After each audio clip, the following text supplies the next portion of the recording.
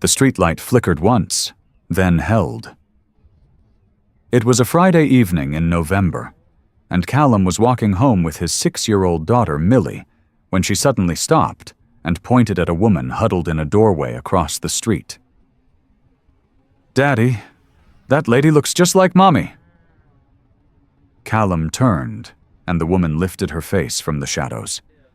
He had identified his wife's body 3 years ago, signed the death certificate, stood in the rain and watched the coffin go into the ground. So why was she sitting on the cold pavement, staring straight through him like she didn't know his face? What are you doing right now while watching this video?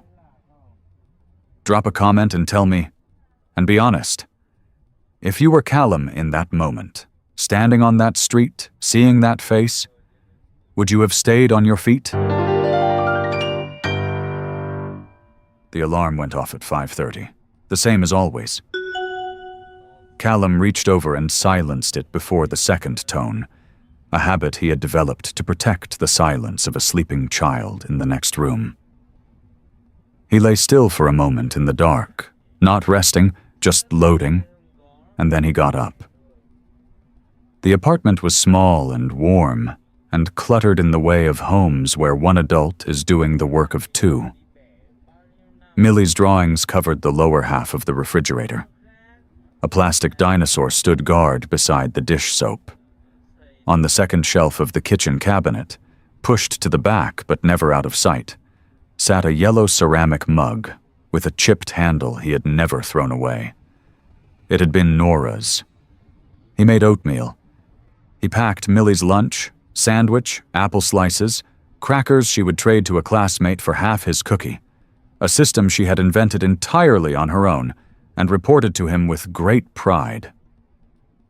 He folded a small piece of paper, drew a lopsided smiley face, and tucked it under the sandwich.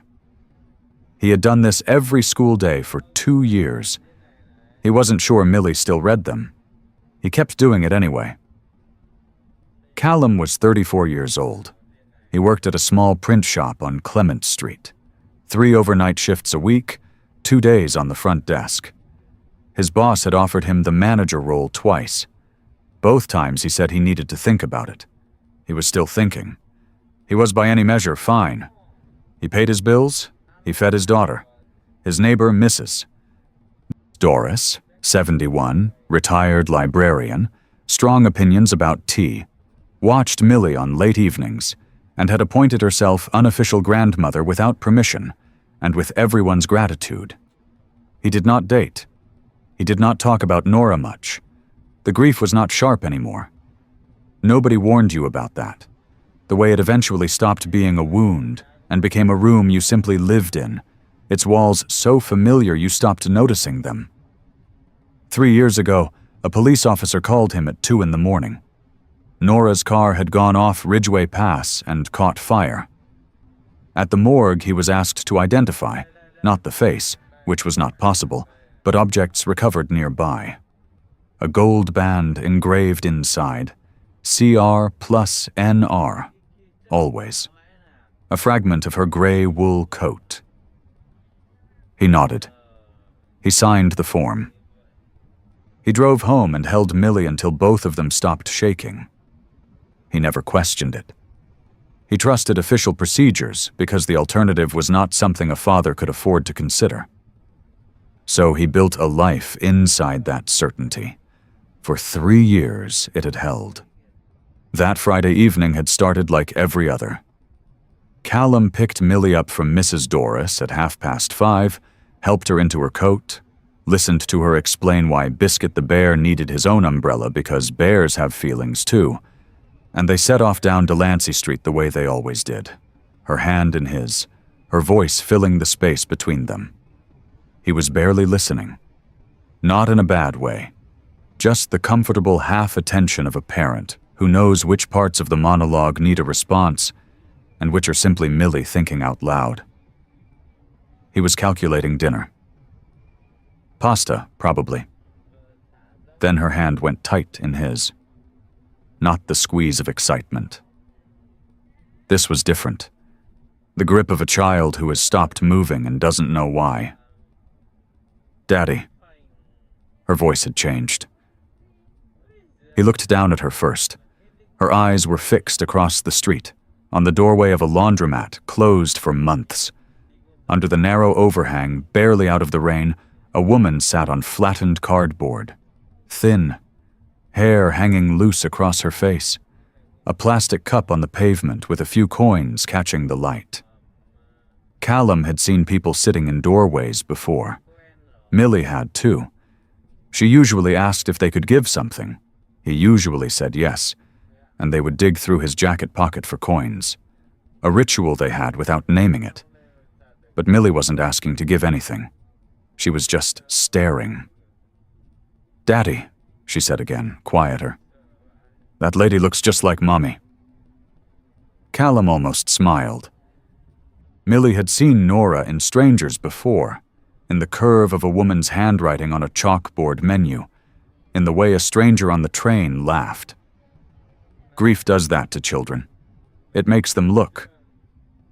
He started to say what he always said, something gentle and deflecting.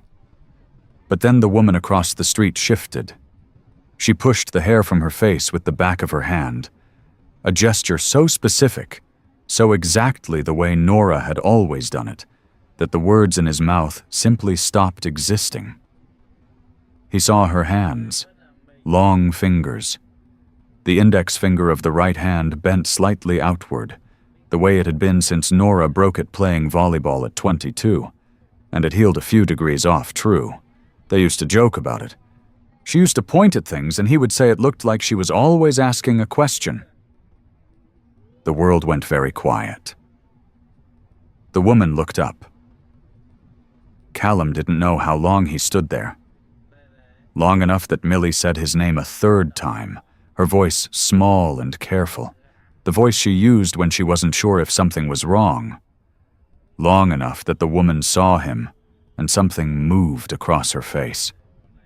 Not only recognition, something closer to terror. The pavement tilted.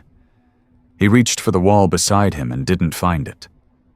The last thing he remembered before the ground came up was Millie's voice, saying "Daddy" very loudly, the sound of his keys hitting the pavement, and the face of his dead wife watching him fall. Callum came back to consciousness on the cold pavement with Millie's face 6 inches from his. She was not crying. Completely still, one hand on his cheek, watching him with the calm of a child who has decided someone needs to be in charge and elected herself. She had learned that from Nora. Seeing it in his daughter broke something in his chest he had no words for. "Daddy, stay still. You hit your head." A man he didn't know was crouching nearby, asking if he needed an ambulance. He said no. He looked across the street. The cardboard was still there. The plastic cup was still there. She was gone. He got to his feet, Millie's hand in his, staring at the empty doorway. Millie didn't ask what happened. She held his hand tighter and waited. That night, Callum put Millie to bed on autopilot. Bath, pajamas, the 3 stories she always requested, blanket under her chin. He kissed her forehead, turned off the lamp, and sat at the kitchen table without moving. He placed Nora's yellow mug in front of him and looked at it. He was not a man who believed in ghosts, not given to wishful thinking.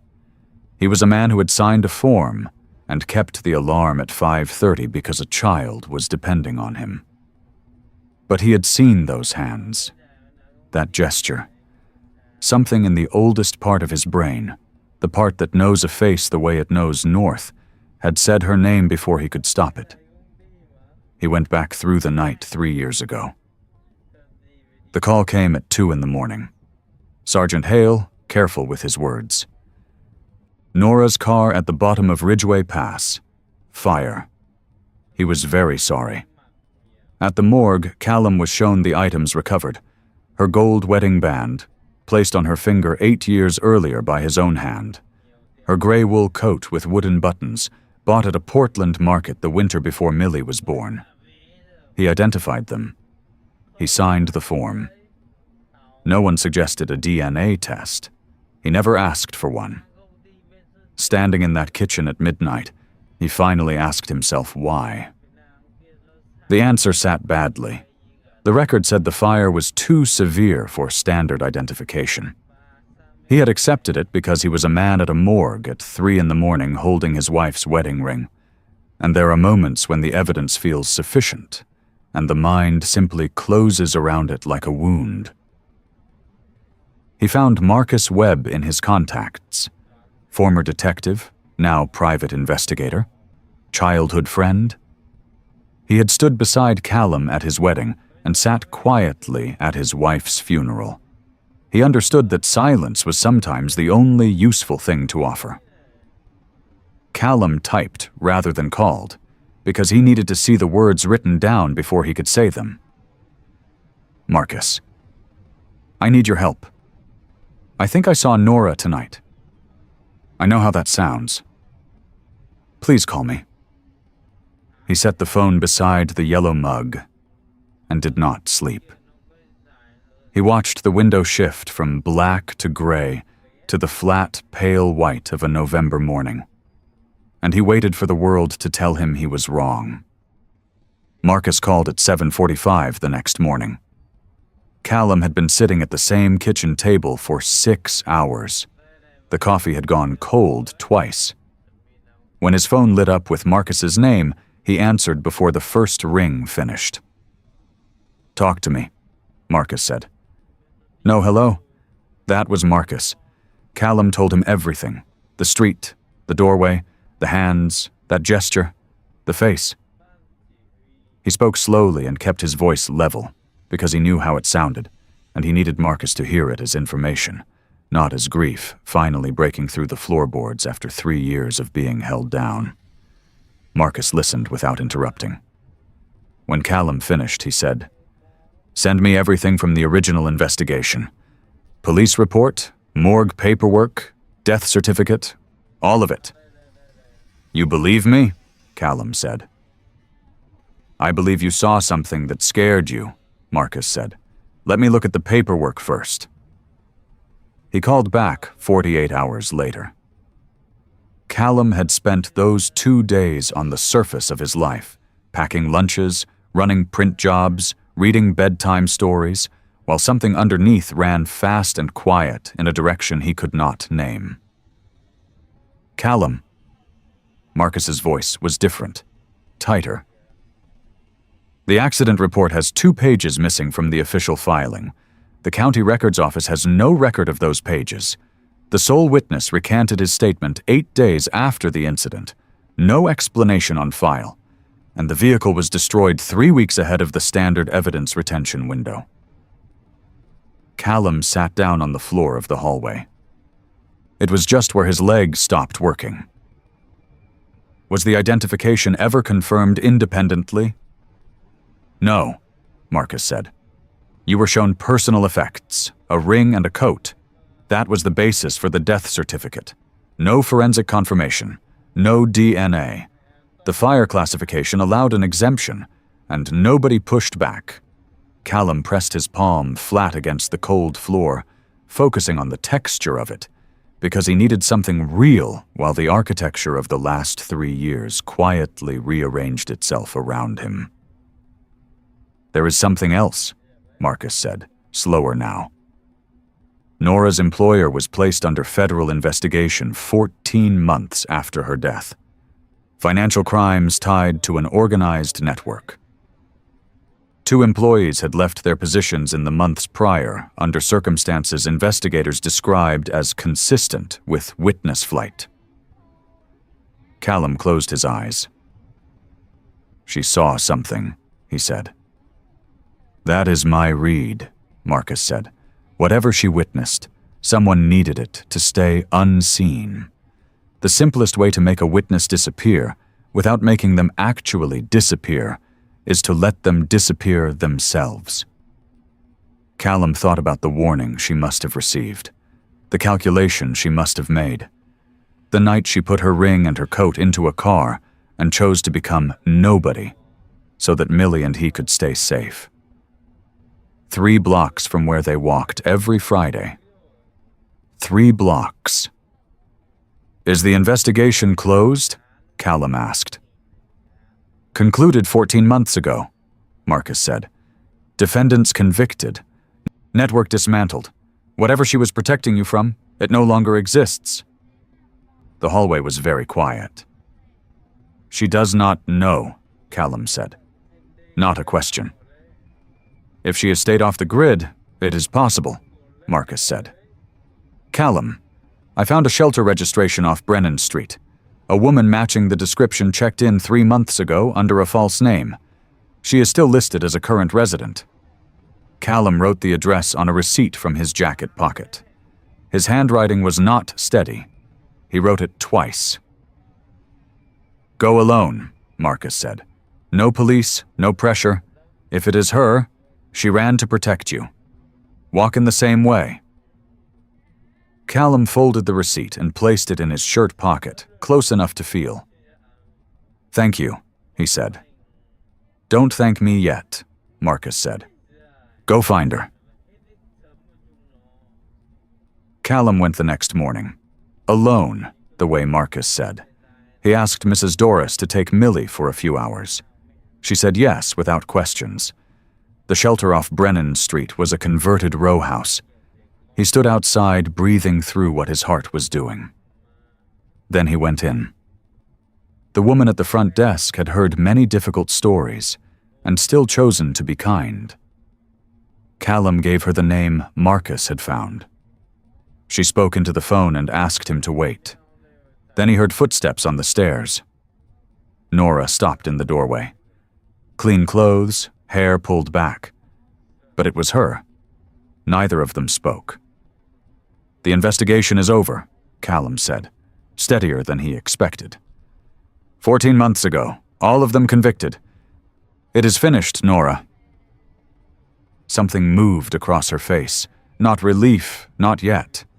More like someone who has been holding a door shut against a great weight and has just been told they can let go, but cannot yet trust it. "Millie," she said. Just the name. A question and an answer at once. "She is fine. She is 6 years old. She carries a stuffed bear everywhere, and she is extraordinary." His voice cracked on that word. He let it. "She recognized you on the street." "I know," Nora said. "I saw her face." "How long had you been on that block?" She looked down. 3 weeks. I told myself I would not get that close, but I needed to know what she looked like now. 3 weeks. While Callum packed lunches and drew smiley faces on little slips of paper, she had been 3 blocks away. He did not know whether to be broken by that or grateful. Both were true. "Come home," he said. "Not the way it was. Not yet. Too much needs time and honesty, but Millie needs to see your face. Everything else we figure out as we go." Nora pressed her fingers over her mouth.